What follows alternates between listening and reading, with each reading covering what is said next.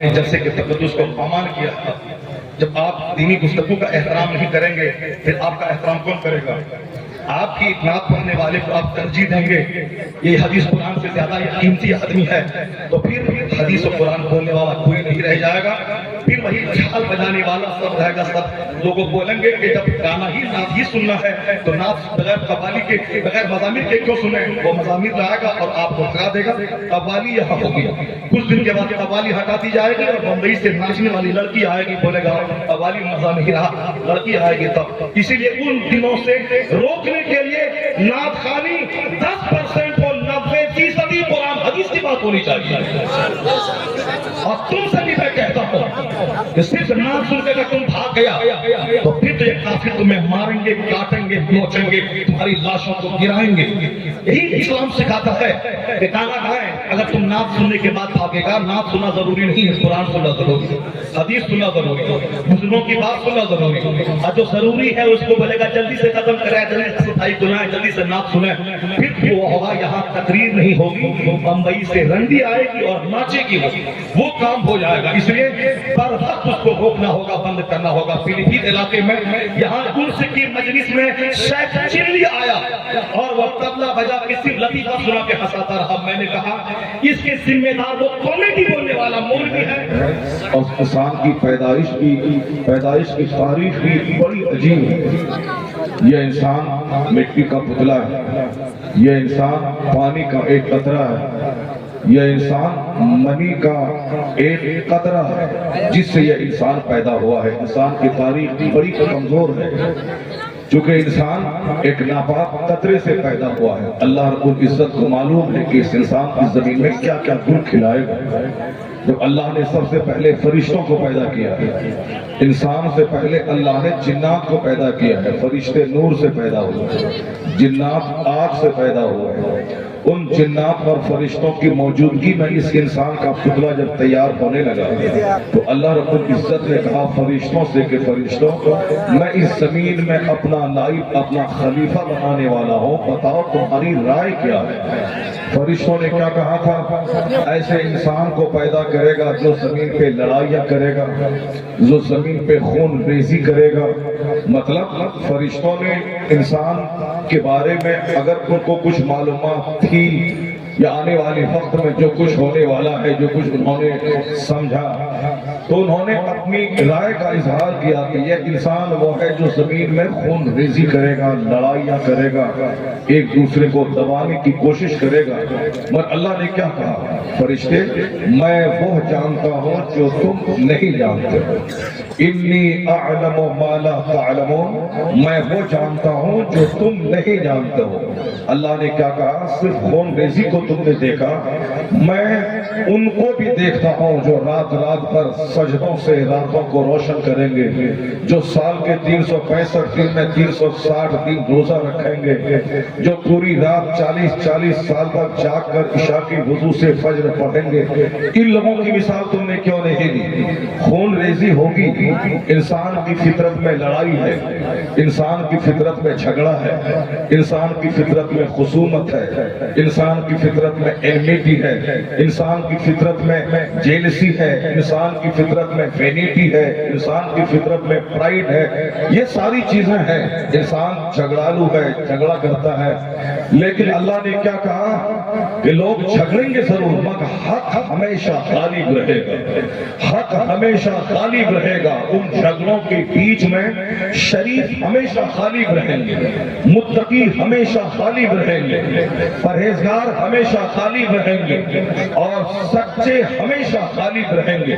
یہ اور بات ہے کہ جھوٹوں کی بڑی تعداد ہوگی مگر یہ جھوٹے پانی کے بلبلے کی طرح تھوڑی دیر کے لیے ابھریں گے ضرور، مگر جیت سچوں کے فیور میں جائے گی۔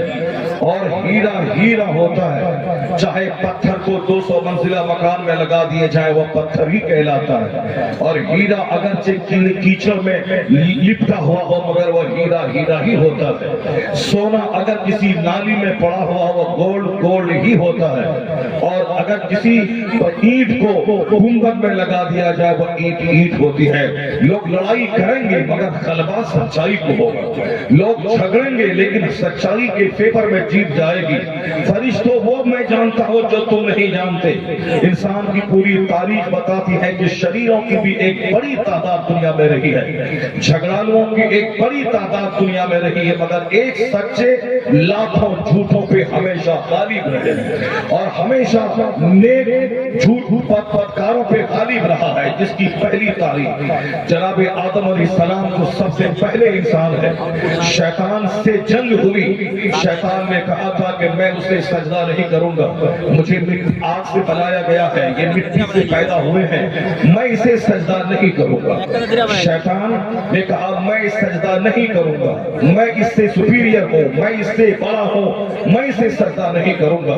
شیطان نے کہا میں ان کی اولاد کو گمراہ کروں گا, میں اسے جہنم پہنچاؤں گا, مجھے مہلت دے دی جائے, میں اس کو جہنم پہنچانے کے لیے کوئی کسر میں نہیں چھوڑوں گا. شیطان کو مہلت اللہ نے دے دی. ٹھیک ہے تمہیں میں مہلت دیتا ہوں, لیکن البتہ یاد رکھنا کہ میرے مخلص بندے ہمیشہ تجھ پر غالب رہیں گے. مخلص بندوں پہ تیرا داؤ نہیں چلے گا. کمزور قسم کے لوگ تیرے بہکاوے میں آ جائیں گے, کمزور لوگ تیری پیروی کریں گے, لیکن جو تیری پیروی کریں گے ان پیروکاروں کو تیرے ساتھ میں جہنم کی آگ میں دھکیل دوں گا. میں نے خطرناک آگ تیار کر کے رکھی ہے. یہ دنیا جس دنیا میں میں انسان کو بنانے والا ہوں, یہ دنیا کی عمر عارضی ہے اور اصل ہے اور قائمی آخرت. جس جنت میں جناب آدم علیہ السلام جس جنت میں رکھے گئے اور جس جنت میں فرشتوں کا معلم الملکوت بن کر عزازیل شیطان بھی تھا, لیکن اس جنت سے نکال دیا گیا ایک سجدہ کے نہ کرنے کی وجہ سے عذاب دہ درگاہ کر دیا. وہ جنت جہاں کا ایک دن 50,000 سال کے برابر ہے, وہ عالم آخرت ہے. یہ دنیا کی تاریخ وہی ہے کہ دنیا کی عمر ایک دن یا آدھے دن اس دنیا کی عمر ہے. کیا مطلب دنیا کی عمر ہے یا تو 50,000 سال یا 25,000 سال. یہ انسانی تاریخ کا دن ہے. قیامت کا ایک دن عالم آخرت کا ایک دن 50,000 سال کے برابر ہے, اور وہاں ایک دن نہیں, وہاں تو دائمی دن ہے, ہمیشہ ہمیشہ وہ رہے گا. آخرت ہمیشہ رہنے والی چیز ہے. یہ دنیا اس کے مقابلے میں ایک پانی کا قطرہ ہے, یا ایک دن یا آدھا دن. ایک دن سے مراد 50,000 سال اور آدھے دن سے مراد 25,000 سال. تو انسانی تاریخ 25,000 سال کی ہے.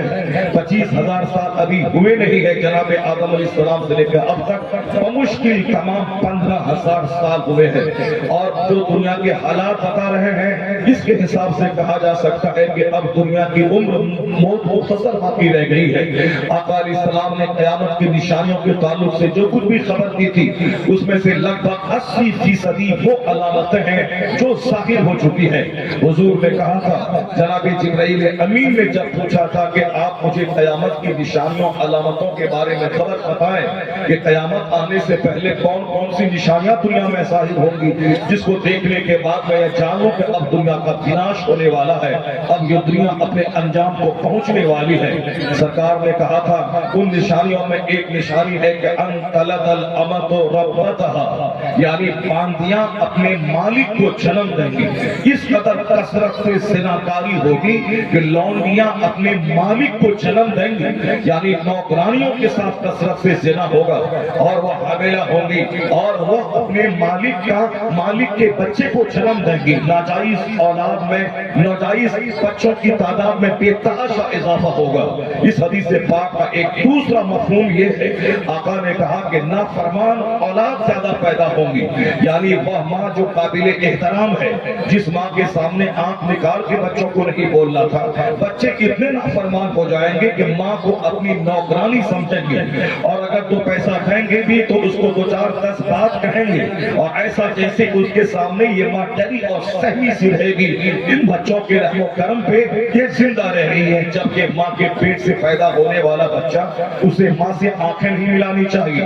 9 مہینے تک جس ماں نے پیٹ پر رکھا وہ انتہائی قابل احترام ہستی ہوتی ہے ہمارے نزدیک, اور جس میں 10 سال تک نرس کی طرح میری خدمتیں کی. وہ ایسا نہیں کہ میں 2 لقمے کھلا دوں تو میں احسان جتاؤں. مصطفیٰ نے کہا اخیر زمانے میں نافرمان اولاد کی تعداد میں اضافہ ہوگا, یعنی مائیں اپنے ممالک کو چلن دیں گے، اپنے بیٹے سے ڈریں گی، اپنے بیٹے سے سہمی رہنے لگے تو سمجھ جانا قیامت قریب آ گئی ہے۔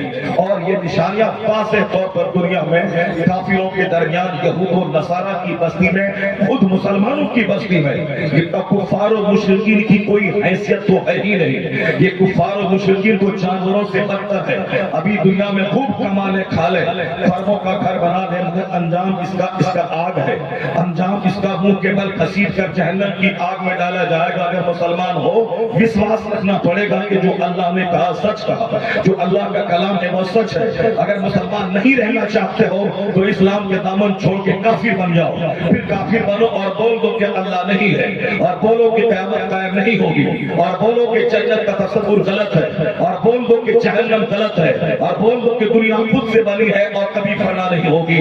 ان بولنے والوں کے لیے کوئی دلیل نہیں ہے، وہ چاہے جو چاہے سو بولے، لیکن ایک مومن اسی وقت مومن ہوتا ہے جب وہ وشواس کرے کہ دنیا کا خالق اللہ ہے، وہ یقین کرے کہ یہ دنیا عارضی ٹیمپرری فانی ہے اور آخرت دائمی ہے اور باقی رہنے والی ہے۔ یہ دنیا ایک قطرہ پانی کے برابر ہے اور آخرت مثل سمندر کے ہے۔ وہ یقین کرے کہ قیامت قائم ہوگی، اس دنیا میں ہر کیے ہوئے کا حساب وہاں ہوگا، ہر سیاہ و سفید کا حساب لیا جائے گا۔ جو اللہ پانی کے ایک قطرے سے انسان کو پیدا کر سکتا ہے، وہی اللہ اسے دوبارہ زندہ کر کے حساب لینے پر بھی قادر ہے۔ هل أتى على الإنسان حين من الدهر لم يكن شيئا مذكورا۔ قرآن میں آیا ہے کہ ایک زمانہ انسان پر ایسا گزرا ہے، انسان کا نام و نشان تک دنیا میں نہیں تھا، یعنی ہم پیدا ہونے سے پہلے میری ماں کو خبر نہ تھی کہ میرے پیٹ میں کیا ہے۔ ایک عورت شادی سے پہلے اسے خبر نہیں ہوتی ہے کہ میں بچہ جنوں گی یا میں بانجھ رہوں گی، نہ باپ کو پتا ہے کہ میری کوئی اولاد ہوگی یا نہ ہوگی۔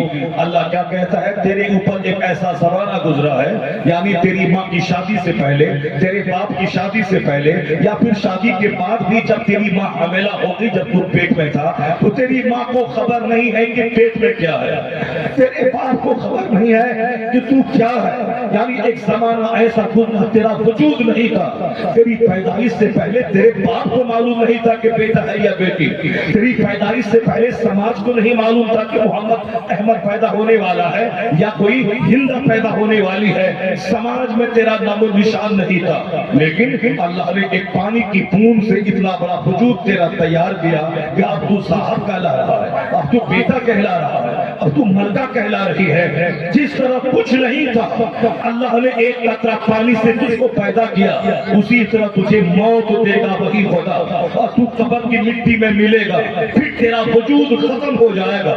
جس طرح پہلے تھا کوئی جانتا نہیں تھا، اسی طرح مرنے کے بعد تو جب چل جائے گا، شیر کے پیٹ میں گل جائے گا یا پانی میں ڈوب جائے گا یا آگ میں چل جائے گا، چاہے جس طرح سے تیری موت آئے، چاہے شیر کے پیٹ میں چلے جاؤ، چاہے مچھلی کے پیٹ میں جاؤ، چاہے سمندر میں ڈوب جاؤ، چاہے آگ میں چل جاؤ، تو تیرا کوئی وجود نہیں رہے گا۔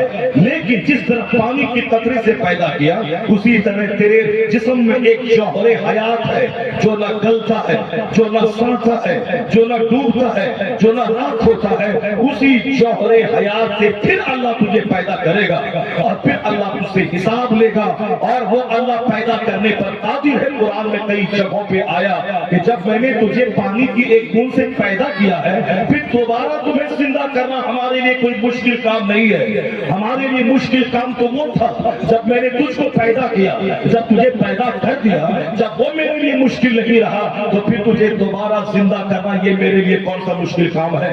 جب تیرا وجود نہیں تھا مگر تو وجود میں تجھ کو لایا، اور جب وجود میں لایا تو اسے مٹھا کے پھر دوبارہ وجود میں لانا یہ ہمارے لیے کوئی بعید بات نہیں ہے۔ میں تجھے دوبارہ پیدا کر کے تجھ سے حساب لوں گا کہ تم نے جوانی کا کیا استعمال کیا، تم نے دولت کا کیا استعمال کیا، تم نے اپنی زندگی بہمولی زندگی کو جس کام میں لگایا، یہ تو تم کو حساب دینا ہوگا۔ اور یہ بالکل فیکٹ بات ہے، یہاں نہ میں اپنی مرضی سے آتا ہوں نہ اپنی مرضی سے جاتا ہوں، بلکہ اللہ کی مرضی چلتی ہے، اللہ کی مرضی ہمیشہ غالب رہتی ہے۔ میں چاہتا ہوں کہ میں خوبصورت اولاد جنوں، میری اولاد پولیو گرست، اپاہج اور معذور پیدا ہوتی ہے، یہ اس بات کی دلیل ہے کوئی تو ہے جو میری مرضی کو چلنے نہیں دیتا۔ میں چاہتا ہوں کہ میں سدا خوش رہوں، مگر ہر دن ہی خوشی کا ماحول 10% ہوتا ہے اور 90% غم کا ماحول میں بندہ جیتا رہتا ہے۔ زندگی میں خوشی خوشی کم ملتے ہیں، اکثر غم ہی ملتا رہتا ہے، کبھی بیوی کی طرف سے، کبھی اولاد کی طرف سے، کبھی پڑوسی کی طرف سے، کبھی صحت کی طرف سے، کبھی داماد کی طرف سے، کبھی ذلت و رسوائی کی طرف سے، یعنی یہ سمجھ لیں کہ مصیبتوں میں یہ بندہ گھرا ہے۔ اور کبھی بھی چین سکون کے ساتھ کہ بچے اچھے رہیں، بیوی اچھی رہے، ماں باپ اچھے ملیں، پڑوسی میرے اچھے رہے، میرے دوست اچھے رہے، میری صحت اچھی رہے، میں 95 سال کی عمر میں بھی 25 سال کے جوان کی طرح بالکل چست اور درست رہوں، ایسا نہیں ہوگا، چونکہ اللہ کا سسٹم ایسا نہیں ہے کہ تو 50 سال کی عمر میں 25 سال کی جوانی جیسی صحت پالے، جیسے 40 سال کے بعد تو آگے جائے گا، کبھی آنکھ میں درد ہوگا، کبھی دانت ٹوٹے گا، کبھی گھٹنے میں درد ہوگا، کبھی ٹخنے میں درد ہوگا، کبھی دو روٹی بچا کھانے کے بعد الٹی ومیٹنگ ہوگی۔ یہ اس بات کی دلیل ہے کہ دنیا میں اب تیرے آرام کے دن ختم ہو گئے، اب جب تو 40 سے اوپر گیا، اب تو 40 سے پہلے والی صحت اور تندرستی مت تلاش کرنا، تو صحت کی طرف سے ہم 24 گھنٹے لاحق ہے۔ ابھی میں زندہ ہوں، 2 منٹ کے بعد میری موت کا اعلان ہوگا، یہاں ہمیشہ موت کا خطرہ، بیماری کا خطرہ، اولاد کی نافرمانی کا خطرہ، موسم کی خرابی کا خطرہ، 24 گھنٹے یہاں پاسبل امپاسبل ہوتا رہتا ہے اور امپاسبل پاسبل ہوتا رہتا ہے۔ یہ حالات بتاتے ہیں کہ دنیا کا کوئی سنچالک ہے، دنیا کا کوئی چلانے والا ہے، دنیا کا کوئی خالق اور مالک ہے۔ یہ اس بات کی دلیل ہے کہ دوسرے مذاہب میں جو ہم لوگ ناستک ہے، جہاں خدا کا انکار کرتے ہیں یا خدا کو مانتے بھی ہے تو چچندر بندر سب کو خدا کہتے ہیں، تو اس تصور کا اس میں کوئی سچائی نہیں ہے۔ سچائی یہی ہے کہ کائنات کا خالق ہے اور وہ خالق ایک ہے، اور وہ خالق نہ کوئی پیڑ ہو سکتا ہے، نہ کوئی درخت ہو سکتا ہے، نہ خدا اس دنیا کا کوئی بندر ہو سکتا ہے، نہ چچندر ہو سکتا ہے، نہ گائے ہو سکتی ہے، نہ بیل ہو سکتا ہے، نہ سورج ہو سکتا ہے، نہ چاند ہو سکتا ہے، نہ ندی نالا ہو سکتا ہے، چاہے 15,000 اچھلے اور کودے، چاہے 1000 کی لہری اچھلے کودے، مگر وہ جانور ہے۔ تو جو ایک خدا میں وشواس نہ کرتا ہو، 50,000 خداؤں کے سامنے پیشانی ٹیکتا ہو، کبھی چچندر کے سامنے، کبھی بندر کے سامنے، کبھی سانپ کے سامنے، کبھی ندی کے سامنے، کبھی چاند کے سامنے، کبھی سورج کے سامنے، جو جانور کے پاخانہ کو پاک سمجھتا ہو، ان ناپاکوں سے دور ڈر رہا ہے، تو ڈرنے کے لیے پیدا ہوا ہے۔ گلہری کو خدا کہنے والا، بندر کو خدا کہنے والا، چچندر کو خدا کہنے والا، یہ تو چچندر سے زیادہ ذلیل ہے، یہ تو بندر سے زیادہ ذلیل ہے، یہ تو جانور سے زیادہ ذلیل ہے۔ آدمی وہی ہے جو خدا واحد کا پرستار ہے، خدا واحد کا پرستار ہمیشہ غالب رہا ہے، قیامت تک غالب رہے۔ نعرے تکبیر، بڑا بلند آواز سے نعرے تکبیر، نعرے رسالت، عظمت مصطفیٰ، شریعت مصطفیٰ۔ تو خوش ہو جا کہ اللہ نے تجھے چچندر کے پجاریوں کے گھر میں پیدا نہیں کیا، تو اللہ کا احسان مان کہ اللہ نے تجھے جانور کے پجاریوں میں نہیں پیدا کیا، اللہ نے تجھے یہودی گھر میں نہیں پیدا کیا، اللہ نے تجھے نصرانی گھر میں نہیں پیدا کیا، اللہ نے تجھے جانور کے پاخانہ کو پاک سمجھنے والا نہیں پیدا کیا، اللہ نے تجھے وہ مذہب دیا ہے جس مذہب میں اللہ پاک، رسول پاک، خدا پاک، قرآن پاک، نماز پڑھنے کے لیے پاکی ضروری ہے، غسل کرنا ہمارے مذہب میں، وضو کرنا ہمارے مذہب میں، باقی پاک کپڑا ہو، پاک جگہ ہو، پاک بدن ہو، صرف باقی پیورٹی والا مذہب اسلام، تقدس والا مذہب اسلام۔ ناپاک اور پاک میں جب جنگ ہوگی، چاہے ناپاکی 1000 اچھلے کودے، وہ ناپاکی ہی رہے گا، اور یہ پاک چاہے تب توڑ جائے ہمیشہ غالب ہی رہے گا۔ اس لیے ایک قوم مسلم، تمہیں ان حالات میں ان ناپاکوں سے ڈرنے کی کوئی ضرورت نہیں ہے۔ جو ساری زندگی ایک دن بھی پاک نہ رہا ہو، جو ایک چھوٹے سے لوٹا میں پانی لے کر اپنے جسم کو مل لیتا ہو، جو کبھی پاک نہ ہو، تو یہ ناپاک تجھے کیا ڈرا پائے گا؟ یہ ناپاک کو ناچنے دے، اسے کودنے دے، اسے اچھلنے دے، اسے گانے دے۔ ناچنے والا کہیں غالب آتا ہے، کودنے والا کہیں غالب آتا ہے، چچندر کہیں غالب آتا ہے، غالب شریف آتا ہے، غالب سچا آتا ہے۔ اس لیے تو سچا ہے، تو ہمیشہ غالب رہے گا، تو پاک ہے، ہمیشہ غالب رہے گا۔ ناچنے والا کبھی غالب نہیں رہا، ناچنے والا ذلیل ہوتا ہے، سجدہ کرنے والا ہمیشہ غالب رہا ہے، ہمیشہ غالب رہے گا۔ اللہ کا احسان ہے کہ اللہ نے مجھ کو یہودی نہیں بنایا. اللہ کا احسان ہے کہ اللہ نے ہمیں نصرانی نہیں بنایا. ہم امریکہ کے کھرپتی گھر میں پیدا ہو گئے ہوتے, سونے کا محل میرا ہوتا, میں سونے کی بت کو میں سجدہ کرتا, اس سے کھربوں گنا بہتر ہے کہ اللہ رب العزت نے ہمیں غریب گھر میں پیدا کیا ہے. اللہ رب العزت نے ہمیں کلمہ پڑھنے والے گھر میں پیدا کیا ہے. اللہ کا احسان ہے. کبھی چہرے پہ مایوسیت نہ رہے, کبھی چہرے پہ شکن نہ رہے. کیا تو چاہتا ہے کہ تو کافر گھر میں پیدا ہو, اربوں میں کھیلے اور تو دنیا میں وقتی طور پر چند دن گزار لے, پھر جا کے خرمسار جہنم کی آگ میں جلے؟ جب یہ نہیں چاہتا ہے تو غریبی پہ صبر کر, اپنی غربت پہ صبر کر, اپنی فقیری پہ صبر کر, اپنی عزت و کرسی پہ صبر کر. اللہ نے کہا ہے تو یہاں صبر کر, جنت کی ساری پہاڑیں میں تجھ پہ قربان کر دوں گا. دنیا میں تو صبر کر, انجام انتقا کامیابی تیرے لیے ہے, انتقا بلندی تیرے لیے ہے. پوری تاریخ بتاتی ہے. اللہ نے قرآن شریف میں جگہ بہ جگہ کہا ہے تمہیں اپنی پیدائش پہ غور کرنا چاہیے. وہ اللہ ہے جس نے تجھے ایک کودتے ہوئے جمپ کرتے ہوئے پانی کے قطرے سے پیدا کیا ہے. فَلْيَنْظُرِ الْإِنسَانُ مِمَّا خُلِقَ مِن مَّاءٍ دَافِقٍ يَخْرُجُ مِن بَيْنِ الصُّلْبِ وَالتَّرَائِبِ إِنَّهُ عَلَىٰ رَجْعِهِ لَقَادِرٌ. یہ اسلام کا بیسک فارمولا ہے کہ قیامت پر یقین لانا, آخرت پر یقین لانا. اصل راحت وہاں کی ہے, اصل نعمت وہاں کی ہے, اصل زندگی کا مزہ, اصل مزہ وہاں کا ہے. اور اسی کو مصطفیٰ نے ہمیشہ اپنے گھر میں اپنے صحابہ کے درمیان, اپنی ازواج مطہرات کے درمیان ہمیشہ ہی کہتے تھے اللہم لا عیش الا عیش الآخرہ. الہی آرام نہیں ہے مگر آخرت کا آرام. جس کی نظر آخرت پہ ہے اس کو دنیا کے تماشوں سے وہ گھبراتا نہیں ہے, یہ ناچنے کودنے سے گھبراتا نہیں ہے. میرا قرآن کہتا ہے اگر تو تقوی کے ساتھ زندگی بسر تم نے کیا اور تم نے اپنی ذمہ داری کو نبھایا کہ میں یہاں پیدا ہوا ہوں خدا کی عبادت کے لیے, مجھے مرنے کے بعد حساب کتاب وہاں دینا ہے, اور اس پر وشواس نہیں کرے گا تو کافر جاؤ, جیسے جینا ہے جی لے.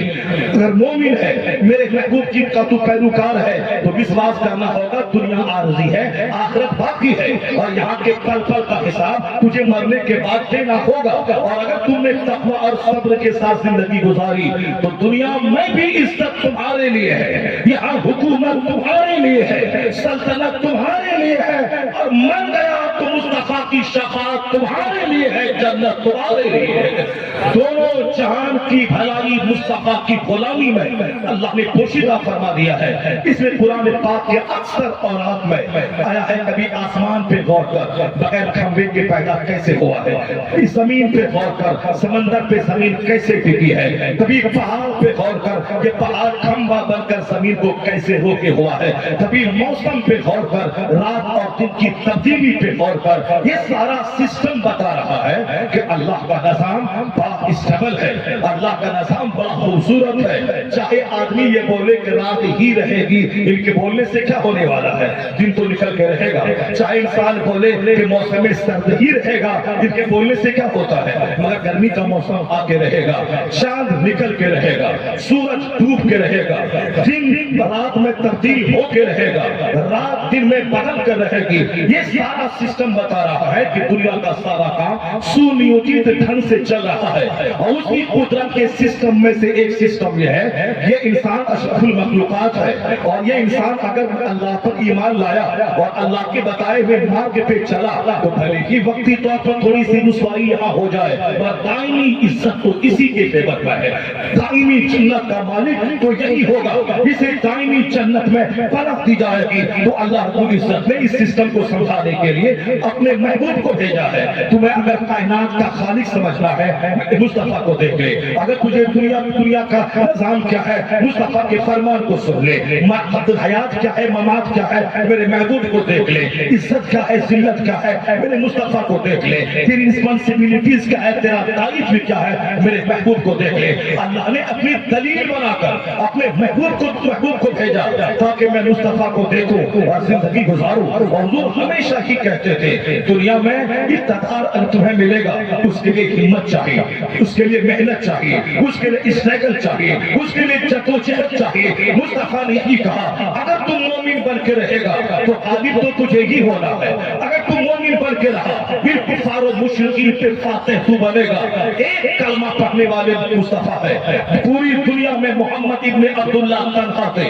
جب اللہ نے آپ پر قرآن نازل فرمایا تو سب سے پہلے جن لوگوں نے کلمہ پڑھا اس میں سے ایک 4 کی ٹیم تھی۔ آپ کی بیوی نے آپ پر ایمان لایا، آپ کے دوست ابو بکر آپ پر ایمان لائے، آپ کے چچا جاد بھائی علی آپ پر ایمان لائے، آپ کے غلام زید بن حارثہ آپ پر ایمان لائے۔ یہ 4 لوگوں نے کلمہ پڑھا۔ اللہ نے کیا کہا؟ حبیب صبر کرنا اور لوگوں تک اسلام کا پیغام پہنچانا، اور کبھی ان لوگوں کی زبردستی سے مت گھبرانا۔ یہ اس کی بدعملی پہ تنقید کرے گا، یہ کافر متلائیں گے، یہ کافر تجھ پر حملہ کریں گے، یہ جنگ کریں گے، یہ کلمہ پڑھنے والے کو ماریں گے، جہاد کلمہ پڑھنے والے کو ماریں گے۔ اے مصطفیٰ تو صبر کرنا، پھر جہاد کا قانون نافذ ہوگا۔ ان کی تعداد کو دیکھ کے مت گھبرانا، اپنے ٹیم اپنے وفاداروں کو لے کر میدان جنگ میں کود جانا۔ فتح میری طرف سے نازل ہوگی، تیری مدد کو فرشتہ نازل ہوگا۔ تو اللہ نے اپنے محبوب کو گاہے بگاہے وقت سے قرآن نازل کر کے ساری سچائی سے باخبر اللہ نے کروایا۔ تو ہم نے یہی دیکھا کہ اسلام غالب ہونے کے لیے کیسے آیا ہے۔ سرکار دو جہاں پہلے سرکار دو جہاں اکیلے ہے، لیکن جب آپ نے نبوت کا اعلان فرمایا 4 لوگوں نے کلمہ پڑھا، پھر وہاں سے دشمنی شروع ہو گئی۔ 3 سال کے اندر میں 40 لوگوں نے کلمہ پڑھا۔ 3 سال کے طویل عرصہ ہوتا ہے، اس طویل مدت میں 40 لوگوں نے کلمہ پڑھا۔ جب لوگوں کو خبر ہوئی کہ 40 لوگ ایمان لے آ چکے ہیں، یہ ہمارے بتوں کو پورا کہتے ہیں، یہ نظریہ آخرت پیش کر رہے ہیں، یہ اللہ واحد کا نظریہ پیش کر رہے ہیں، ہم نے جو 360 بتوں کے سامنے سجدہ کیا ہے، خانہ کعبہ میں رکھ دیا ہے، اس کی مخالفت یہ کر رہے ہیں۔ ان لوگوں نے کہا اس نئے مذہب کا خاتمہ کر دیں گے، اگر کوئی محمد ابن عبداللہ کا کلمہ پڑھا ہم اسے جینے نہیں دیں گے۔ دشمنی شروع ہو گئی وہیں سے۔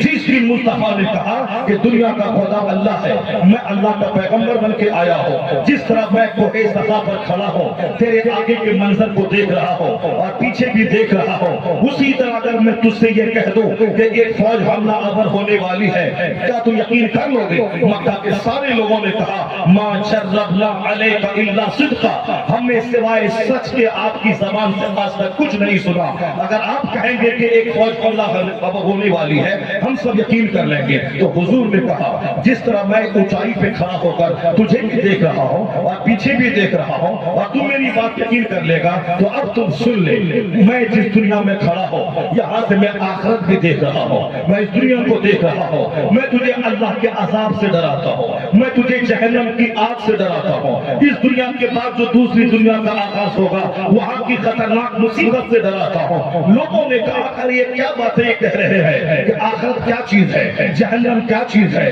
جنت کیا چیز ہے، عذاب سے ڈرا رہے ہیں۔ آپ کے چچا ابو لہب انہوں نے بدزبانی شروع کر دی، مکہ کے لوگ منتشر ہو گئے، مگر سرکار دو جہاں تنہا ہے اور سارے لوگ منتشر ہو گئے۔ حضور نے تبلیغ دین نہیں چھوڑا، آقا علیہ السلام کے حکم تھا کہ آپ کو تبلیغ کرتے رہنا ہے، حالات چاہے جیسے بھی ناسازگار ہوں، اللہ آپ کے ساتھ ہے، سچائی آپ کے ساتھ ہے، آپ کو تبلیغ کرتے رہنا ہے۔ کوئی دوسرا شخص ہوتا اپنی اس رسوائی کو برداشت نہیں کر پاتا۔ 40 سال کی زندگی جس سماج میں مصطفیٰ نے عزت اور آبرو کے ساتھ گزاری تھی، کہ لوگ اسے امین کہتے تھے، لوگ صادق الوعد کہتے تھے، دنیا کے سچے سب سے سچے محمد عربی ہے، وعدے کے پکے محمد عربی ہے، یہاں تک کہ 3 دن تک ایک جگہ کھڑا رہنا پڑے، کھڑے آپ رہا، مکے والوں کو بتایا وعدہ وفائی کیا چیز ہوتی ہے۔ منافق میں 4 عادتیں پوری ہوتی ہے، جب وہ وعدہ کرتا ہے تو وعدہ کی مخالفت کرتا ہے، جب وہ بولتا ہے جھوٹ بولتا ہے۔ منافق کے خالص کی 4 علامت ہے، اربعون من کن فیہ کان منافقا خالصا۔ حضور فرماتے ہیں جس آدمی میں یہ 4 عادت ہو وہ پکا منافق ہے۔ اگر ایک عادت ہے تو منافق کی 1 عادت ہے، اگر 2 عادت ہے منافق کی 2 عادت ہے۔ منافق کا مطلب زبان پہ کچھ ہے اور دل میں کچھ ہے، جس کو آپ اپنے دیہاتی زبان میں کہہ لیں یہ تغلا پنی، یعنی ظاہر کچھ ہو باطن کچھ ہو، اندر کچھ ہو باہر کچھ ہو، وہ خطرناک آدمی ہوتا ہے۔ مصطفیٰ کہتے ہیں جس میں 4 کوالٹی ہو پکا منافق ہے وہ۔ اذا حدث کذب، جب وہ بات کرے تو جھوٹ بولے، جب بندہ بات کرے جھوٹ بولے، پیور منافق ہے وہ۔ اذا عہد غدر، جب وہ وعدہ کرے، when he makes a promise he breaks stage, جب وہ وعدہ کسی سے کرتا ہے اسے توڑ دیتا ہے. وعدہ بریکنگ کرنا یہ منافق کی عادت ہوتی ہے. جب وہ بولتا ہے تو جھوٹ بولتا ہے. اذا خاصم فجر, حضور کہتے ہیں منافق جب جھگڑا کرتا ہے تو جھگڑے میں گالی بکتا ہے, سامنے والے آدمی کو برا بھلا کہہ کے ان کو ذلیل اور بے عزت کرتا ہے. تو لڑائی جھگڑے میں دلیل دے دی جائے. اگر کوئی میری بات کو نہیں مان رہا ہے, ایسا نہیں کہ میں اس کو گالی دے دوں. اور آج کل 90% لوگ اسی کی گھٹیا کوالٹی کے ہیں. لڑائی ہو اپنی جگہ ہوتی ہے, فوراً گالی دیتا ہے. بڑے بڑے عالموں سے غلطی ہوئی, فوراً لوگ گالی دینے لگتے ہیں. یہ منافق کی علامت ہے. اذا خاصم فجر, جب وہ جھگڑا کرے تو گالی دے. اینڈ ہی آرگز, ہی ایبیوز, یعنی جب وہ آرگ کرے, ڈسکس کرے, ڈیبیٹ کرے, بحث کرے, کسی سے بات کرے تو گالی رکھے, انسلٹ کرے, اس کی توہین کرے. منافق کی 4 کوالٹی ہوئی, یعنی جب وہ بولے تو جھوٹ بولے, جب وعدہ کرے تو وعدہ خلافی کرے, جب اس کو کوئی امانت سپرد کی جائے اس میں خیانت کرے. چاہے مسجد کے امن کا پیسہ ہو, جلسے کا پیسہ ہو, جلسے کا پیسہ جو جس کام کے لیے دیا ہے اسی کام میں خرچ کیا جائے, اور اس کے علاوہ اگر پیسہ بچ گیا ہو اس کو دوسرے کام میں لگانا ہے تو آدمی پوچھے ان چندہ کرنے والوں سے, یہ تم نے جلسہ کے لیے چندہ دیا تھا, پیسہ 2 لاکھ بچ گیا ہے, اب اسے ہم مسجد میں لگانا چاہتے ہیں. چندہ دینے والوں سے پوچھنا ہوگا, بغیر اس کی مرضی کے اگر آپ نے لگا دیا یہ غلط کام ہوا. اذا اؤتمن خان, منافق کی علامت ہے. when he is trusted, he is interested by something, جب کسی چیز کے ذریعہ اس کو امانت سونپی جائے تو وہ بریک سے وہ اس کے ساتھ خیانت کرتا ہے. یعنی جب امانت رکھی جائے خیانت کرتا ہے. مسجد کا متولی بنے, مدرسے کا مینیجر بنے, گاؤں کا ذمہ دار بنے, گاؤں کا ذمہ دار بنے, کسی ٹرسٹ کا ٹرسٹی بنے تو ٹرسٹ کو بحال رکھنا چاہیے. ٹرسٹ کا معنی وشواس کو بحال رکھنا چاہیے. ابھی حالات دیکھ سکتے ہیں. قیامت کی علامتوں میں سے ایک علامت یہ بھی ہے, منافقوں کی تعداد بڑھ جائے گی, ناجائز اولاد کی تعداد بڑھ جائے گی. یہ قیامت کی علامتوں میں سے ہے. لوگ اپنی بیوی کو طلاق دے دیتے ہیں, پھر بے عزتی کے ڈر سے جھوٹ بول جاتے ہیں میں نے طلاق نہیں دیا ہے. ظاہر سی بات ہے جب کسی قاضی کے پاس مسئلہ آئے گا اور وہاں کوئی مکر جائے گا طلاق دینے والا تو قاضی تو بولے گا طلاق نہیں ہوگی. اب وہاں کوئی گواہ نہیں رہے گا, قاضی تو بولے گا کہ طلاق نہیں ہوگی. لیکن اللہ کے نزدیک تو طلاق ہو گئی. جب اللہ کے نزدیک طلاق ہو گئی اس کا نکاح ٹوٹ گیا. جب نکاح ٹوٹ گیا بھلے ہی سماج والا نہیں جانا, لیکن اب تو بیوی اس کے لیے اجنبی عورت کی طرح ہے. اس سے صحبت کرنا زنا خالص. اس کے بعد جو بچہ پیدا ہو وہ بالکل ناجائز اولاد, اور ناجائز اولاد کی سے بھلائی کی کوئی امید نہیں ہے. جب سماج میں مدرسے کا ادب نہ رہے, مسجد کا ادب نہ رہے, مولانا کا ادب نہ رہے, جو دین سکھانے والا اس کا احترام نہ رہے, مرشد کا ادب نہ رہے, جلسے کا ادب نہ رہے, بڑے بوڑھوں کا ادب نہ رہے, سمجھ جائے اس کی بنیاد میں خطا ہے, اس کی اصل میں خطا ہے. یہ جب ناجائز اولاد کی تعداد میں اضافہ ہو رہا ہے, بوڑھوں کا مذاق اڑانا, عالموں کا مذاق اڑانا, جلسے کا مذاق اڑانا, مسجد مدرسے کا مذاق اڑانا, یہ کفار و مشرکین تو اپنے مندروں کے سامنے ڈھول بجا رہے ہیں, وہاں ناچ گا رہے ہیں. مگر ہمارے کچھ شریف قسم کے بچے شادی بیاہ کے موقع پر وہ سارا آپا کھو دیتے ہیں اور مسجدوں کے سامنے ڈھول بجاتے ہیں, مسجدوں کے سامنے ڈی جے بجاتے ہیں, اذان کے وقت میں ڈی جے بجاتے ہیں, جماعت اندر ہو رہی ہے مگر یہاں ڈی جے بجاتے ہیں. اگر کوئی بولے اس سے ڈر جاتے ہیں, اگر کوئی بولے ہم کچھ بھی کریں گے تم بولنے والا کون ہوتا ہے. اس طرح کے شریروں کی تعداد میں اضافہ ہو گیا. اس سے تو بہتر وہ کافر ہے جو کافر میری مسجدوں کے سامنے ڈی جے بند کر دیتا ہے, میری مسجدوں کے سامنے ڈرامہ بند کر دیتا ہے, مسجدوں سے آگے گزرنے کے بعد وہ کرتا ہے. نہیں سنا آپ نے کھڑگپور بنگال میں آج سے کئی سال پہلے لاکھوں کی تعداد کو سمبودھت کرنے والا پرائم منسٹر ہندوستان کا جب اذان بازو کی مسجد سے آواز آئی انہوں نے مائک کو جھکا دیا اور جب تک اذان ہوتی رہی انہوں نے اپنا بھاشن بند کیا. بھلے ہی ان کا کام جو بھی ہو, ان کا مشن جو بھی ہو, مشن کیا ہے ہم یہی امید کریں کہ مودی جی ہماری مسجد میں آ کے نماز پڑھیں گے, ہماری مسجد میں مصلی بچھا دیں گے, ہماری مسجدوں میں گیزر لگا دیں گے, ہماری مسجد میں کولر لگا دیں گے. وہ RSS کے کیڈر ہے, جب وہ پرائم منسٹر کی کرسی پر بیٹھے ہیں مگر وہ آدمی ہے RSS کا, اپنے مذہب کی تبلیغ کر رہا ہے, وہ اپنا کام کر رہا ہے. وہ بتا دیا کہ جب میں چائے بیچتا تھا تو بھی میں ایک پکا ہندو تھا, اور جب میں ودھائک بنا تو بھی میں پکا ہندو ہوں, اور جب وہ سانسد بنا تو بھی میں پکا ہندو ہوں، اور جب میں پرائم منسٹر بنا تو بھی میں پکا ہندو ہوں۔ وہ جس مذہب سے بلونگ کرتا ہے وہ اپنے مذہب کا فالوور، اپنے مذہب کا کام کر رہا ہے۔ جس طرح پنڈت جی ودھایک تھا، وہی گروا قسم کی لنگی اور گروا قسم کا ہاتھ کپڑا پہنتا تھا، لیکن جب وہ سنسد بھون دلی گیا تو لباس نہیں بدلا، اور جب وہ مکھ منتری کی کرسی پر بیٹھا تو بھی لباس نہیں بدلا۔ وہ تو ہمارا بیٹا ہے۔ جب وہ قریب ساتھ چھاپ رہتا ہے، مولانا کے پاس دن رات رہتا ہے اور دعائیں لیتا ہے، لیکن جب وہ تھوڑا سا کسی کافر بن جاتا ہے، اسی مولانا کی توہین کرنا، اس کی غیبت کرنا، اس کی برائی کرنا اس کا مشغلہ بن جاتا ہے۔ جب تقریب ہے، نیک لوگوں سے دوستی ہے، جہاں پیسہ آیا ڈکیتوں اور چوروں سے دوستی کرنا شروع کیا۔ پہلے رہتا تھا پنجابی کرتا پہنتا تھا، پائجامہ پہنتا تھا، لیکن تھوڑا پیسہ ہوا وہ وارڈ کا ممبر بن گیا، پارشد بن گیا، صاحب وارڈ کا ممبر بنا۔ اب اس کی بولی بدل گئی، اب مسجدوں کے خلاف، مدرسوں کے خلاف، عالموں کے خلاف۔ اب جب ودھایک بن گیا، اس کی لباس، اب اس کا لباس اور بدل گیا، اس کی بولی اور بدل گئی۔ اب اس کے دوست شرابی، اس کے دوست خونتا، اس کے دوست لچے لفنگے، اب وہ ڈکیتوں کے ساتھ دوستی کر رہا ہے۔ اگر وہ دلی سنسد بھون پہنچ جائے اور 5 اسٹار ہوٹل میں رہنا، شراب پینا، میں نے بریلی شریف کے عرس رضوی کے موقع پر کہا تھا، آپ کو شکایت ہے اس پنڈت جی سے، یہ ہمارے مدرسے کے خلاف مہم چلا رہا ہے، تو آپ کیا امید کرتے ہیں یہ RSS کا لیڈر یہ آپ کے مدرسے میں آپ کی تعلیم بچھا دے گا، آپ کے بچوں کا قرآن شریف بانٹ دے گا، آپ کے مدرسے میں تنخواہ بڑھا دے گا، آپ کے بچوں کی اپنی خدمت کرے گا؟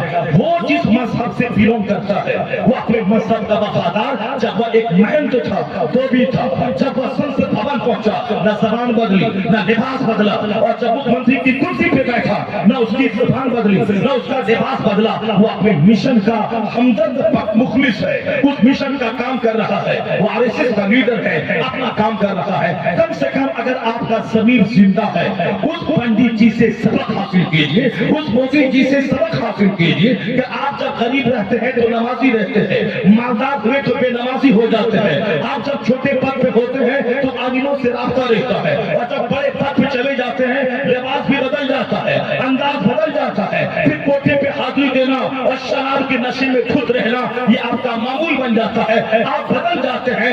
ان پنڈت جی سے سبق حاصل کیجئے، جب وہ نہیں بدلا، نہ زبان بدلی، نہ لباس بدلا، نہ مشن بدلا، تو تم بھی قسم کھا لے کہ غریب رہیں گے محمدی بن کے رہیں گے، مالدار رہیں گے محمدی بن کے رہیں گے، میرا لباس اسلامی ہوگا، میری بولی اسلامی ہوگی، میں غریب رہوں گا تو بھی مومن رہوں گا، عربوں میں کھیلوں گا تو بھی مومن رہوں گا۔ اگر ایسا ہو گیا تو ہر محاذ پہ کامیاب تو ہوگا۔ اللہ کا وعدہ ہے تو مومن بن جا، حکومت تیرے لیے ہے، جنت وہاں تیرے لیے۔ نعرہ تکبیر، نعرہ رسالت۔ کبھی کبھی جلسوں میں ایسی گفتگو ہوتی ہے حالت حاضرہ کے پیش نظر جو ایمان کو مضبوط کر لے، دونوں ہاتھوں کو اٹھا کر استقبال کرے۔ ایسے جلسے جب ہوں، ایسی گفتگو ہوتی ہے تب جلسہ بروئے کار ہوتا ہے۔ نعرہ تکبیر، نعرہ رسالت، اصلاح معاشرہ، مومن کے لیے عزت ہے، وَلِلَّهِ الْعِزَّةُ وَلِرَسُولِهِ وَلِلْمُؤْمِنِينَ۔ اللہ سچا، اللہ کی بات سچی۔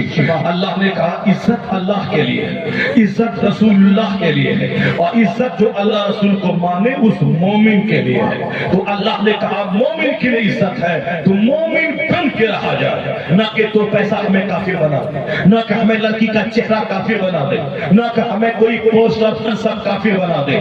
آپ نے دیکھا ہوگا آج لوگوں نے کیا گل کھلایا، وہاں بہت سارے شنکراچاریہ تھے، کوئی شکایت کی بات رہی، ٹھیک ہے اس کا مذہب ہے، وہاں بہت سارے صاحب مہنت تھے، کوئی شکایت رہی وہ تھا، لیکن ایک لمبی داڑھی والا، ایک لمبی ٹوپی والا، ایک قطار وہاں موجود تھا۔ اس کتے کی کیا ضرورت تھی وہاں؟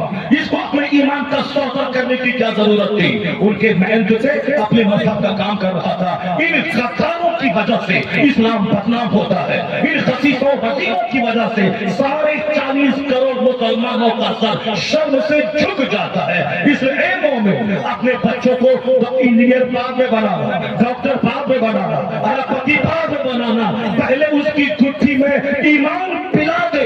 غریب ہے تو مومن بن کے رہے، نہ کوئی پد، نہ کوئی منصب، نہ کوئی دولت، نہ کوئی نوکری، نہ کوئی لڑکی، نہ کوئی لڑکا اس کے ایمان کو چرا پائے۔ جب کوئی لڑکی ہمارے لڑکے کو دعوت دے زنا کا، یہ بولے انی اخاف اللہ، میں اللہ اللہ سے ڈرتا ہوں، اور جب میری بیٹی کو کوئی اونچے پد پر منونید کوئی شخص اسے زناکاری کی دعوت دے یا بولے میں زندگی بھر کوئی رہ جاؤں گی، ایمان کا سودا نہیں کروں گی، یہ بات اس وقت ہوگی جبکہ گھر میں فلم کی باتیں نہ ہو، بلکہ واٹس ایپ پہ 24 گھنٹے میرے نہ گزرے، جب گھر میں قرآن پڑھا جائے، جب گھر میں حدیث پڑھا جائے، عالموں کا چرچا ہو، اتنا ایمان اسٹرانگ ہوگا کہ وہ ایک مومن ڈاکٹر رہے گا، مومن سانسد رہے گا، مومن ودھایک رہے گا، ڈیم بعد میں رہے گا، مصطفیٰ کا غلام پہلے رہے گا۔ یہ کوالٹی اس وقت پیدا ہوگی جب آپ اس کی گھٹی میں اسلام پلائے ہوں گے، جب ان کے سامنے اسلام کا چرچا کیے ہوں گے، جب ان کے سامنے سرکار دو جہاں کی حدیث، ان کے ارشادات آپ بتائے ہوں گے۔ صرف ایک شکوہ ہے، ایک شکایت ہے کہ ہم مومن 200 کروڑ دنیا کی دنیا میں ہے، پھر یہ بے عزتی کیوں ہے، یہ رسوائی کیوں ہے، یہ حالات ایسے کیوں پیدا ہو گئے، ہم ذلیل کیوں ہو گئے، قرآن کریم کو ہم نے پڑھنا چھوڑا، اس لیے اس طرح کے وسواسات میرے دماغ میں آنے لگے، اس طرح کے دن ہم نے دیکھنا شروع کیا۔ وہ دن دیکھا جس دن مصطفیٰ کو لوگوں نے گالیاں دی، سرکار پہ پتھروں کی بارش کر دی، جس پر جو ہاتھ کا اشارہ کر دیں تو ڈوبا سورج پلٹ آتا، جو اشارہ کر دیں تو چاند کے 2 ٹکڑے ہو جائے، جو اشارہ کر دیں تو پتھر کلمہ پڑھے، یعنی صاحب اختیار مصطفیٰ، صاحب معجزات مصطفیٰ، صاحب تصرفات مصطفیٰ، جن کو اللہ نے کہا تھا محمد اگر آپ چاہیں تو میں عرب کے پتھروں کو سونا بنا کر آپ کے پیچھے میں چلا دوں، بہت پہاڑ گولڈ بن کر آپ کے پیچھے پیچھے چلے، اور حضور نے کہا نہیں اے میرے پروردگار ایک دن کا کھانا دے تاکہ میں کھاؤں، میں تیرا شکر ادا کروں، اور جب ایک دن میں فاقے سے رہوں تو میں صبر کروں، صبر کروں، صبر کروں تو اجر کا مستحق بنوں، اور جب تو کھلائے تو میں تیرا شکر ادا کروں۔ صبر اور شکر یعنی ایک دن کھانا کھاؤ میں سب شکر ادا کروں، ایک دن جب میں فاقے سے رہوں میں صبر کروں کہ اللہ رب العزت مجھے آزما رہا ہے۔ یہی ہر مومن کی زندگی کا بیسک فارمولہ ہے۔ جب اللہ آزمائشوں میں مومن کو ڈال دے، یعنی دشمنوں کو ان کے اوپر حاوی کر دے، ان کے گھر میں فاقہ ہو جائے، ان پر موت طاری کر دے، ان کے بال بچے بیمار ہو جائے، یہ دنائل سے مومن گزرتا ہے۔ مومن آل فال نہیں بکے گا کہ اللہ نے ایسا کیوں کر دیا، اللہ نے ایسا کیوں کر دیا، اللہ نے ایسا کیوں کر دیا۔ مومن خاموش رہتا ہے، ان کی خاموشی، ان کا صبر کفار کے پہاڑ کو ریزہ ریزہ کر دیتا ہے، ان کی استقامت، ان کا صبر کافروں کے حوصلوں کو پست کر دیتا ہے۔ اس لیے خاموشی میں بڑی طاقت ہے، خاموشی میں بڑا رہسیہ ہے، صبر میں بڑی طاقت ہے۔ اور پھر جو بات کی زبان نہ مانتا ہو ان شریروں کو لات کی زبان چاہیے، اس کے لیے 24 گھنٹے جہاد کا جذبہ مومن کے سینے میں پروان چڑھتا رہے۔ یہ نماز جہاد کا پیغام دیتی ہے، یہ روزہ 30 دن تک بھوکا پیاسا رہ کر کے ہمیں اندرونی طور پر مضبوط بناتا ہے۔ یہ حج کا سسٹم 50 لاکھ فوج ابھی عرفات میں ہے، 2 گھنٹے کے بعد مزدلفہ میں ہے،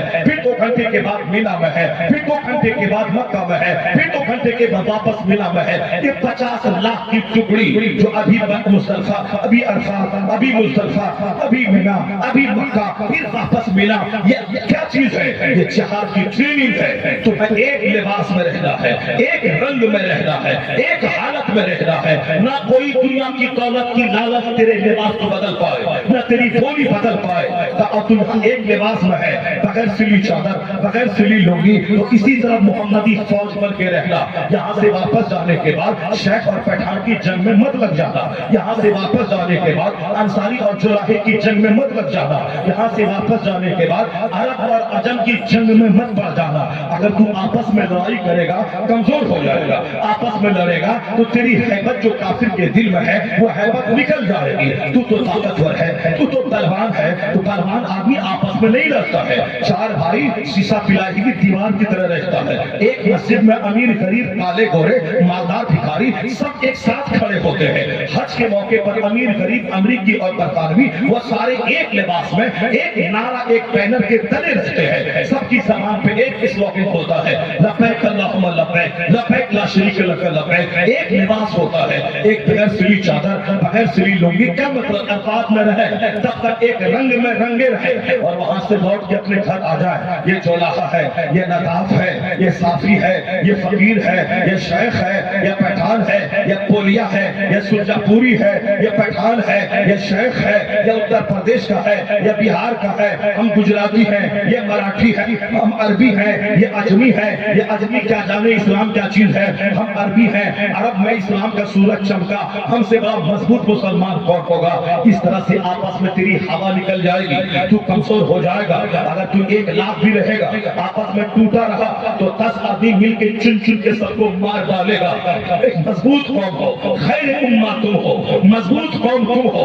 اللہ کو طاقتور مومن پسند ہے، المومن القوی خیر و احب الی اللہ تعالی من المومن الضعیف۔ طاقتور مومن اللہ کو پسند ہے بنسبت کمزور مومن کے۔ طاقتور مومن مکہ سے لے کے عرفات تک 17 کلومیٹر دور پیدل چلے گا۔ طاقتور مومن عرفات سے لے کے مزدلفہ 1 گھنٹے میں پہنچ جائے گا، اور کمزور بس پہ بیٹھنے والا وہ 10 گھنٹے کے بعد پہنچے گا، اور تو 1 گھنٹے میں پہنچ جائے گا۔ اور ہر قدم پہ 6 کروڑ نیکیاں تیرے نام اعمال میں لکھی جائیں گی۔ اعلیٰ حضرت نے قدم کو گنا ہے، مکہ سے عرفات تک کتنے ہزار قدم ہوتے ہیں، اور ہر قدم کے بدلے میں 6 کروڑ نیکیاں۔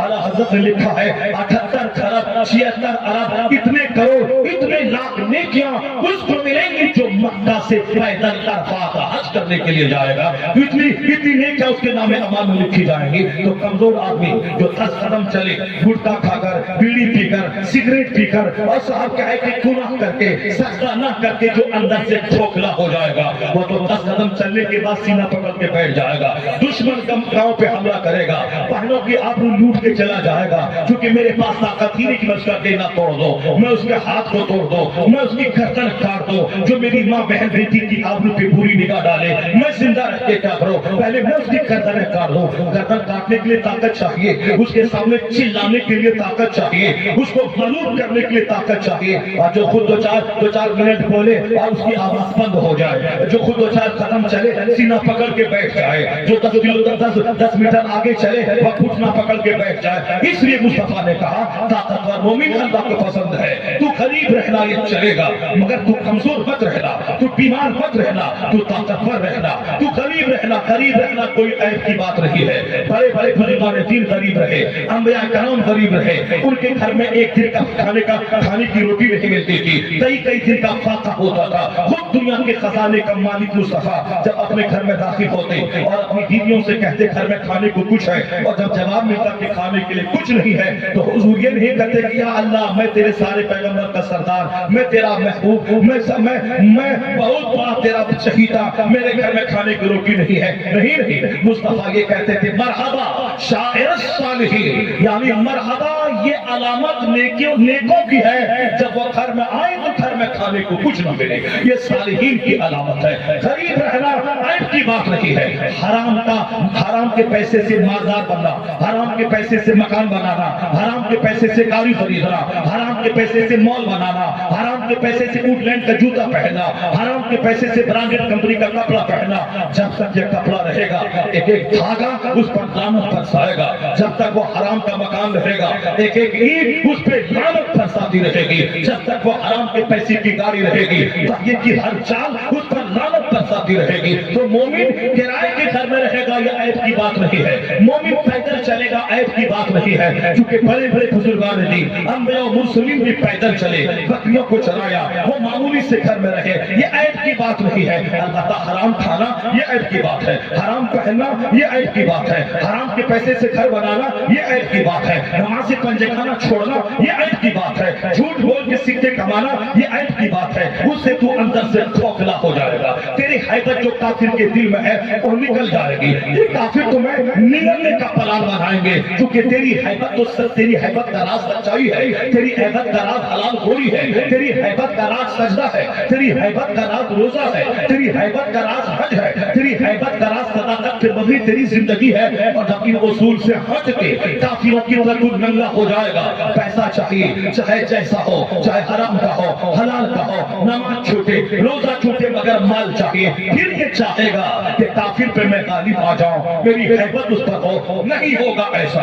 دعا کی قبولیت کے لیے حلال غذا شرط ہے، اور حرام کھائے گا تو دعا رد کر دی جائے گی۔ مسلم شریف کی حدیث میں آیا ہے ایک مسافر دور دراز سے چل کے آتا ہے، ہاتھ پھیلا کے دعا کرتا ہے یا رب یا رب. اب لوگ دیکھنے والا کہتا ہے جو مانگے گا اللہ دے دے گا, کیونکہ اس حالت میں جو دعا مانگی جاتی ہے اللہ قبول کر لیتا ہے. اور مصطفیٰ کہتے ہیں کیسے دعا قبول ہوگی؟ مطعمہ حرام, مشربہ حرام, ملبسہ حرام. اس کا کپڑا تو حرام کا ہے, اس کے پیٹ کا دانا تو حرام کا ہے, اس کے پیٹ کا مشروب تو حرام کا ہے. تو حرام کھا کر کوئی کعبہ چلا جائے اور کعبے میں دعا کرتے خلاف کعبہ پکڑ کے مر جائے, بزرگوں نے کہا ہے نہیں ہوگی دعا قبول. کعبہ میں جا کے مر کیوں نہ جاؤ.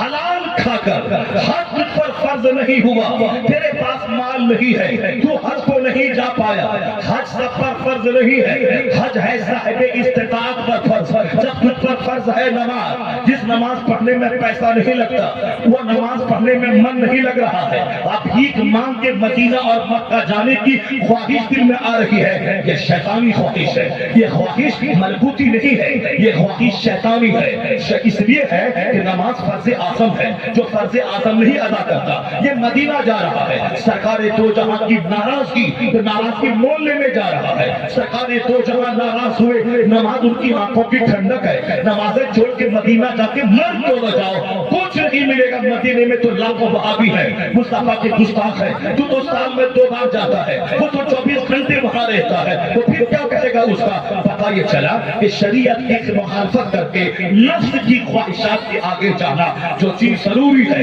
اس کو غیر ضروری بنا دے گا, اور جو ضروری نہیں ہے اس کو اپنے لیے ضروری مان دے گا. وہ شخص اچھی خواہش کا مالک ہے جو نماز پنجگانہ ادا کرنے کے ساتھ مدینے کی حاضری کی بھیک اللہ سے مانگے. الہی تو مجھے مدینے پاک دکھا دے, اپنا حرم دکھا دے. تو اللہ سے بھیک مانگے, نہ کہ لوگوں سے بھیک مانگے کہ ہم کو مدینہ دکھا دیجیے, ہم کو پیسہ دے دیجیے, ہم آپ کا پیسہ مدینے میں خرچہ کریں گے. یہ شیطانی خواہش ہے, یہ ملکوتی خواہش کا ہے. وہ نماز پنجگانہ پابندی سے پڑھتا ہے, جو فرض ہے وہ ادا کرے, جو فرض نہیں ہے اس کے لیے زیادہ لالائیت نہ ہو.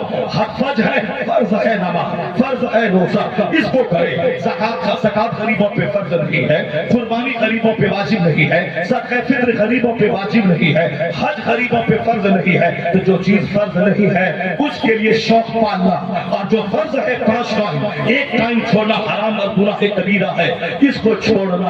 اور مدینے کی حاضری کی للک دل میں پیدا کرنا, یہ للک, یہ شوق, یہ ڈیزائر, یہ وشیش, یہ شیطانی وشیش ہے. یہ ملکوتی خواہش وہ ہے کہ نماز پڑھنے کے ساتھ ساتھ رب قدیر سے بھیک مانگے, رب اعلیٰ سے تنہائی میں بھیک مانگے, تہجد کے وقت میں بھیک مانگے. جو دعا رب سے کی جاتی ہے پھر رب وہاں سے دیتا ہے جہاں سے بندہ سوچ نہیں سکتا ہے. اسی بزرگوں نے کہا کہ حرام کھا کے یا حرام کے مال سے 50 بار عمرہ کر لے اور 50 حج کر لے اور خلاف کعبہ تھام کے دعا کرے, تیری دعا رد ہو جائے گی. کیونکہ دعا کی قبولیت کے لیے حلال ضروری ہے, اور حلال کھا کر محلے کی مسجد میں دعا کر, حرام کھا کے جو دعا کعبہ میں قبول نہ ہو, حلال کھا کے وہ دعا محلے کی مسجد میں قبول ہو جائے. یہ ہے اسلام. تکبیر, نعرہ رسالت, معراج مصطفیٰ کانفرنس, عظمت مصطفیٰ, حضرت علامہ مفتی شہریار رضا صاحب قبلہ. یہ ہے اسلام, یہ ہے اسلام کا بیسک فارمولا. اپنے من سے گھسیڑ کے اسلام میں اپنی طرف سے قطر پیوٹ کرنا, اپنی طرف سے اضافہ کر دینا, یا اپنے من کی بات بولنا, اپنی خواہشات کی بات بولنا نہیں چلے گا. القیس من دان نفسہ وعمل لما بعد الموت والعاجز من اتبع نفسہ ہواها وتمنى علی اللہ. مصطفیٰ علیہ رحمت فرماتے ہیں عقل مند ہے وہ جو اپنے نفس کو دباتا رہے, نفس کو کچلتا رہے, نفس کی پیروی نہ کرے, نفس کی پیروی نہ کرے, عمل خیر کرے, اور مرنے کے بعد کی جو دنیا ہے اس کو خوشحال بنانے کی کوشش کرتا رہے. وہ عقل مند ہے. اور بیوقوف ہے وہ جو نفس کی غلامی کرے, نفس جو کہے اس کے پیچھے چلے, نفس بولے سویا رہو یا سویا رہے, نفس بولے ابھی آج یہ کھاؤ یہ کھاتا رہے, نفس بولے تالی پیو پیتا رہے, نفس بولے شراب پیو پیتا رہے, اور یہ بولے کہ چلو اللہ معاف کر دے گا, چلو اللہ معاف کر دے گا, چلو اللہ معاف کر دے گا. یعنی دنیا کے بارے میں یہ احمد یہ نہیں بولتا ہے کھیتی نہیں کروں گا, چلو اللہ تعالیٰ دے دے گا, میں درخت نہیں لگاؤں گا, اللہ میرے گھر کا آم پہنچا دے گا, میں دکان میں نہیں بیٹھوں گا صبح سے شام تک، شام کے ٹائم میں پیسہ اللہ میں میرے گھر میں پہنچ جائے گا. نہیں، یہ احمق ہو چاہے جس طرح سے بیوقوف ہو، یہ اس معاملے میں چوکنا عقل مند بن جاتا ہے، یہ وائز بن جاتا ہے کہ نہیں صاحب اللہ روزی دینے والا ہے، مگر مجھ کو تو کھیت میں جانا ہوگا، مجھ کو تو روپا کرنا ہوگا، مجھ کو تو گیہوں ڈالنا ہوگا، مجھ کو تو مکئی لگانا ہوگا، مجھ کو تو آلو روپنا ہوگا. تب اللہ ایک آلو روپیں گے تو 50 آلو دے گا، ایک دانہ ڈالیں گے تو اللہ 1000 دانہ گیہوں کا دے گا. جب دنیا کے بارے میں تو یہ فارمولا رکھتا ہے کہ اللہ روزی دینے والا ہے مگر کھیت جانا ہوگا، اللہ روزی دینے والا ہے 25 سال پڑھنا ہوگا، پھر 25 سال نوکری کرنی ہوگی، تب ہر مہینے میرے اکاؤنٹ میں پیسہ آئے گا. اگر پڑھ لیا اللہ چاہے گا نوکری مل جائے گی، گھر میں ہم بیٹھے رہے، اللہ چاہے گا تو میرے اکاؤنٹ میں ہر مہینے 2 لاکھ روپے آ جائے گا. ایسا نہیں ہوتا ہے. یہ سوچ شیطانی سوچ ہے جو رحمان کے فرمان کی اندیکھی کرے، خدا کے قانون کو توڑے اور یہ امید لگا کے بیٹھے کہ اللہ دے دے گا. تو جب یہی فارمولا ہے کہ اللہ معاف کر دے گا، جیسے ہم جیے اللہ معاف کر دے گا، جیسے نماز نہ پڑھے اللہ معاف کر دے گا، روزہ نہیں رکھے اللہ معاف کر دے گا، جھوٹ میں ہمت محنت جہاد نہ کرے اللہ تعالیٰ ہمیں کافروں پہ غلبہ دے دے گا، یہ کافر ذلیل ہو جائے گا اور ہم حاکم بن جائیں گے. ہندوستان کی گدی میرے ہاتھ میں آ جائے گی، اسرائیل کے یہودی کے ٹینک میں کیڑا پھر جائے گا اور فلسطین کے مسلمان اس جنگ کو جیت جائیں گے. ایسا نہیں ہوتا اس دنیا میں اللہ کی کہ ہم تمنا شیطانی کریں اور رحمان کی مدد نصیب ہو جائے. نہیں ہوتا ہے. جب تم دنیا کے معاملے میں چوکس ہے کہ ہمیں چاہیے گیہوں تو کھیت میں ڈالنا ہوگا، چاہیے آم تو پیڑ لگانا ہوگا، چاہیے نوکری تو محنت کرنی ہوگی، چاہیے پیسہ تو بزنس کرنا ہوگا. تو جس طرح دکان سے پیسہ چل کے گھر میں نہیں آتا، دکان میں بیٹھنے سے آتا ہے. تو پھر تم نے آخرت کا فارمولا تم نے سستا کیوں بنا لیا کہ وہ نماز چھوڑے چلیے اللہ معاف کر دے گا، روزہ چھوڑے چلے اللہ معاف کر دے گا، حج پر ظاہر نہیں کرے اللہ معاف کر دے گا، زکات نہیں نکالتے اللہ معاف کر دے گا. نکلنا تھا 1 کروڑ میں 2.5 لاکھ تو 50,000 نکال کے چپ ہو گئے، 50,000 ہم نے نکال دیا. ارے جو ہوا وہ اللہ معاف کر دے گا. نماز پڑھنے سے پہلے وضو ایسے کرے، ارے مولانا صاحب کیا فالتو کی باتیں بولتے ہیں، اگر میں نے وضو کیا نا اللہ معاف کر دے گا. خیرات صحیح کرو تب قانون ہے یہ، چاہے تم ڈی اے پی کی جگہ تو یوریا کھیت میں ڈال دے گا، فصل پیدا نہیں ہوگی. جہاں پانی ڈالنا ہے پانی نہیں دے گا، بولے گا اللہ چاہے گا تو دھان دے دے گا، گیہوں دے دے گا. تو وہاں بولے گا نہیں، یہ ضابطہ ہے، یہ اصول ہے، یہ نیم ہے. نیم کے مطابق یوریا جب دینا ہے جب دینا ہے، ڈی اے پی جب دینا ہے جب دینا ہے، پانی جب دینا ہے جب دینا ہے. اس کھیتی کے ایکسپرٹ ماہرین سے میں پوچھتا ہوں کہ صاحب آپ کھیتی کیسے کرتے ہیں، آپ شاندار فصل کیسے پیدا کرتے ہیں، ان کے پاس جا کے پوچھتے ہیں، اس کے نیم کے مطابق میں کھیتی کرتا ہوں. یہ ہو گیا دنیا کا معاملہ. یہ کلوا بھی چوکس ہے، یہ بدھو بھی ہوشیار ہے، لیکن آخرت کے معاملے میں بڑے بڑے گورے، بڑے بڑے دنیاوی پڑھے لکھے یہ سب احمق اور بیوقوف ہو جاتے ہیں. چلیے اللہ معاف کر دے گا، چلیے اللہ معاف کر دے گا. نماز نہیں بھی پڑھے تو اللہ معاف کرنے والا ہے. یہ ہے شیطانی جذبہ. اس لیے کہ دنیا کے معاملے میں تو نہیں بولتا کہ میں محنت نہیں بھی کروں تو بھی دانا میرے گھر میں آ جائے گا. یہاں تو عقل مند ہے کہ نہیں جاؤں کھیت تو دانا نہیں آئے گا. تو یہ بات آخرت کے بارے میں بھی سوچ لے کہ جس طرح دکان جانا ہوگا، کھیت جانا ہوگا، نوکری کرنی ہوگی تب پیسہ آئے گا، اسی طرح یہ بھی سوچ لے کہ دکان گئے کھیت گئے بغیر روزی نہیں ملتی ہے تو مسجد گئے بغیر بھی جنت نہیں ملتی ہے، روزہ رکھ کے بغیر بھی جنت نہیں ملتی ہے، حج و زکات کے بغیر جنت نہیں ملتی ہے. اگر یہ فارمولا ہو تو کھیت بھی بندہ جائے گا، مسجد بھی بندہ جائے گا، یہاں بھی خوشحال رہے گا اور جب مرے گا تو جنت کی بہار اس کا استقبال کرنی پڑے گا.